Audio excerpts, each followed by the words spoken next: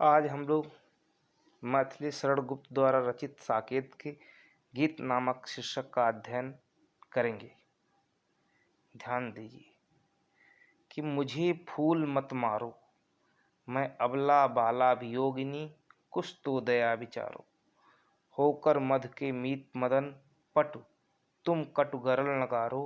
मुझे विकलता तुम्हें विफलता, ठहरो श्रम परिहारो। नहीं भोगनी यह मैं कोई, जो तुम जाल पसारो।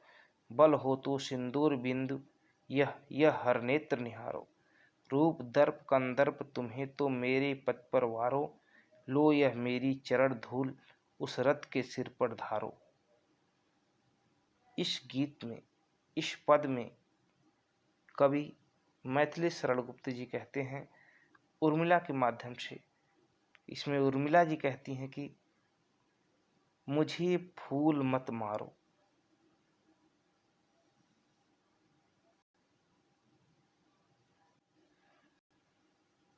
उर्मिला कहती हैं कि मुझे फूल मत मारो। इसमें कामदेव को संबोधित करते हुए उर्मिला कहती हैं कि हे कामदेव, तुम मुझे मेरे ऊपर पुष्प बाण मत चलाओ। मैं अबला बाला वियोगिनी। उर्मिला कहती हैं एक तो मैं अबला मतलब असहाय स्त्री हूँ, दूसरे वियोग के कारण व्यथित हूँ, वियोगिनी हूँ।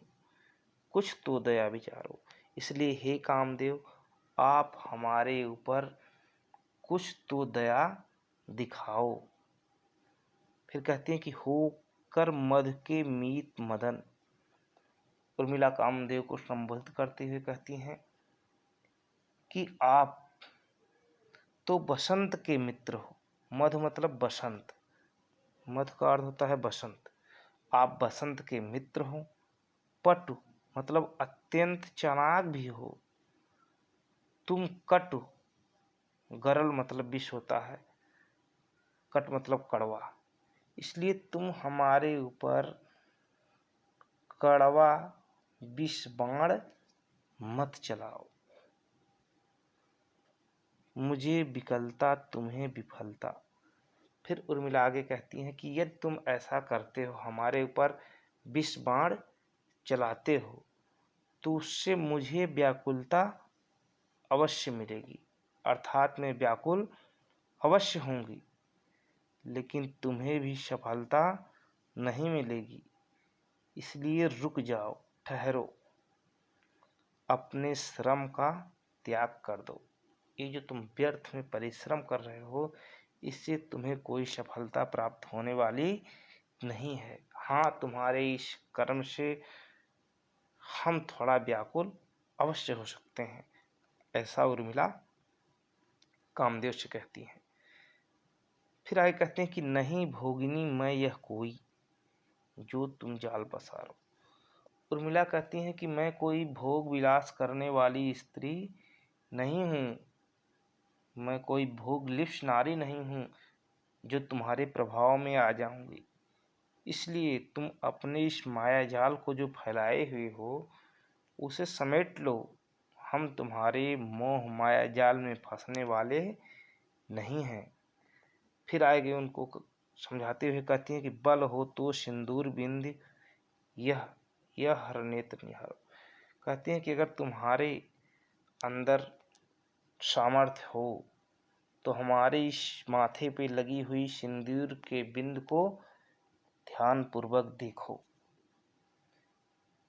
यह हर नेत्र, हर मतलब होता है शिव शंकर, यह भगवान शिव की तीसरी आंख के समान है, जो तुम्हें जलाकर भस्म कर देने का सामर्थ्य रखती है।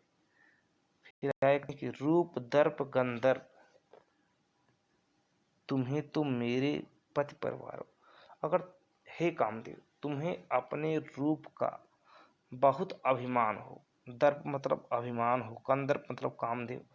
कहती हैं कि हे कामदेव, तुम्हें अपने रूप का बहुत अभिमान हो, तो वो भी हमारे पति प्रियतम लक्ष्मण के ऊपर निछावर।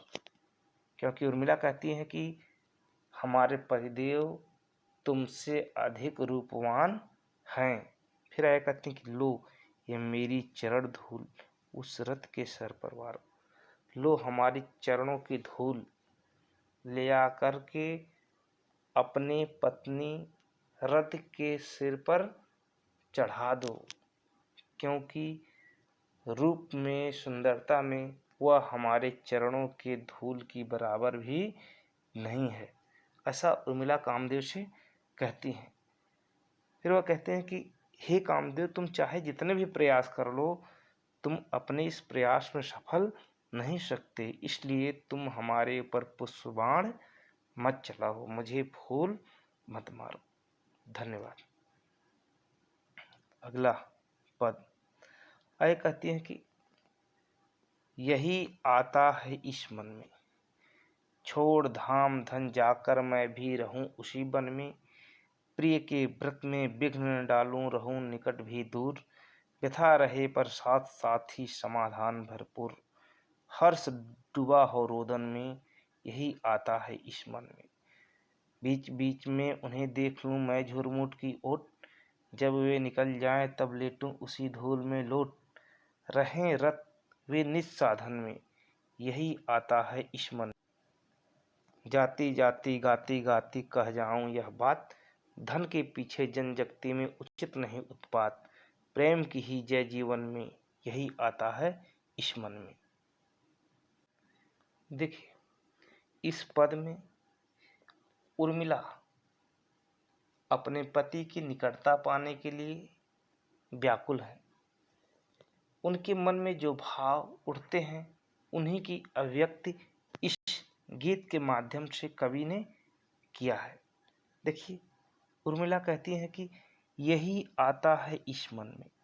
अब हमारे मन में उर्मिला अपनी सखियों से कहती है कि हे सखी, अब मेरे मन में बार बार यही विचार आते हैं कि छोड़ धाम धन जाकर मैं भी रहूं उसी वन में, कि मैं घर बार एवं धन वैभव सब छोड़ करके जा करके उसी वन में रहूं जहां मेरे प्रियतम लक्ष्मण निवास कर रहे हैं, प्रिय के व्रत में विघ्न न डालूं रहूं निकट भी दूर।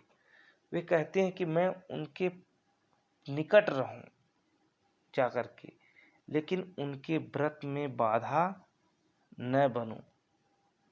उर्मिला कहती हैं कि जिस व्रत का उन्होंने धारण किया है, जिस व्रत को धारण किया है, उस व्रत में मैं बाधक नहीं बनना चाहती। मैं उनके निकट रहकर भी उनसे दूर रहूंगी। व्यथा रहे पर साथ साथ ही समाधान भरपूर।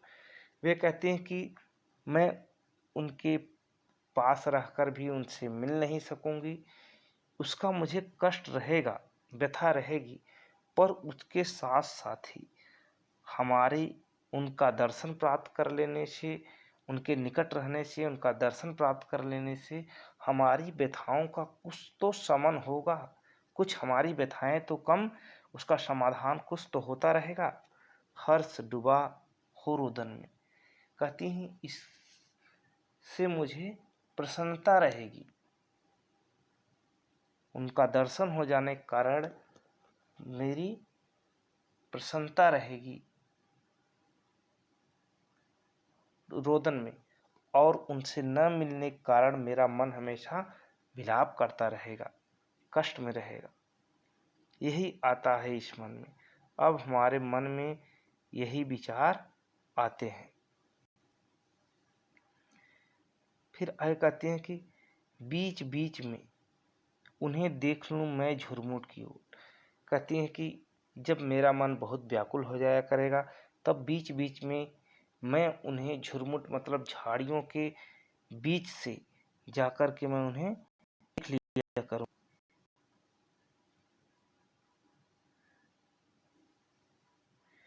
जब वे निकल जाए तब लेटूं उसी ढोल में लेट। कहती हैं कि जब वह अपने कुटिया से निकल करके चले जाएं तो जिस रास्ते गए हों उनके चरणों की धूल में मैं जा कर के उस रास्ते में लेट जाऊं ताकि उनके चरणों की धूल मेरे शरीर पर लग जाए। मैं उसी से संतुष्टि प्राप्त कर लूँगी, मैं संतोष प्राप्त कर लूँगी। रहें रत वे निज साधन में। उर्मिला कहती हैं कि जो भगवान श्री राम और सीता के सेवा का व्रत उन्होंने धारण किया है, वे अपने व्रत में लगे रहें, रत रहें, यही आता है इस मन में। अब हमारे मन में यही विचार आते हैं कि मैं भी जाकर उनके साथ ही वहाँ पर रहूं। फिर आया करते हैं कि जाती जाती गाती गाती कह जाऊं यह बात। मैं जाते जाते और गाते गाते यह बात सबसे कहते जाती हूँ, बताते जाती हूँ कि धन के पीछे जनजगती में उचित नहीं उत्पात, कि धन के पीछे इस संसार में, इस लोगों में उत्पात उचित नहीं है। क्योंकि धन के पीछे जो संसार में उत्पात होता है, उसके कारण केवल विनाश ही होता है। प्रेम की ही जय जीवन में।